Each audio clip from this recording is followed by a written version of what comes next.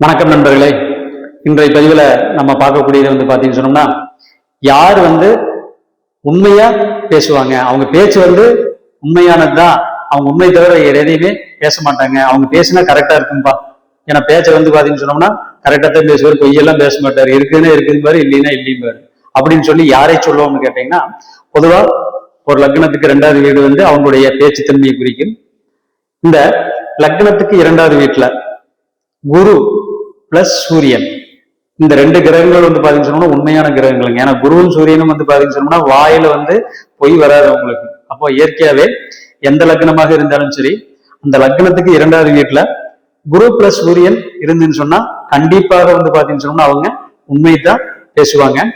இந்த இந்த குரு பிளஸ் சூரியன் கூட தனியா இருந்தாலும் சரிங்க, 2வது வீட்டுல தனியா குரு இருந்தாலும் பாத்தீங்கன்னு சொன்னா உண்மைத்தான் பேசுவாங்க, சூரியன் இருந்தாலும் உண்மைத்தான் பேசுவாங்க.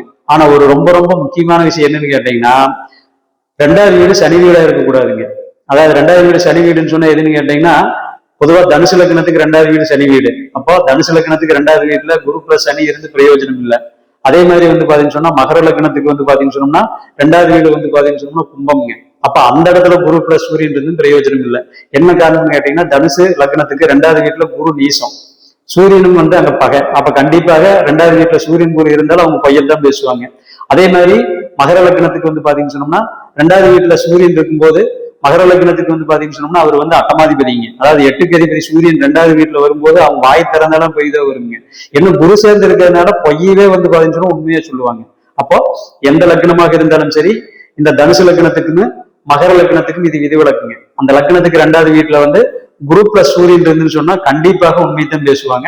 குறிப்பா பாத்தீங்கன்னு சொன்னோம்னா கும்ப லக்னம், அதே மாதிரி விருட்ச லக்னம், அதே மாதிரி பாத்தீங்கன்னு சொன்னா கடக லக்னம்ங்க. இந்த 3 லக்னத்துக்குமே பாத்தீங்கன்னு சொன்னோம்னா இயற்கையாவே 2வது வீட்டுல குரு சூரியன் இருந்துன்னு சொன்னா கண்டிப்பாக அவங்க வாயிலிருந்து பொய்யே வராதுங்க, உண்மைத்தான் பேசுவாங்க.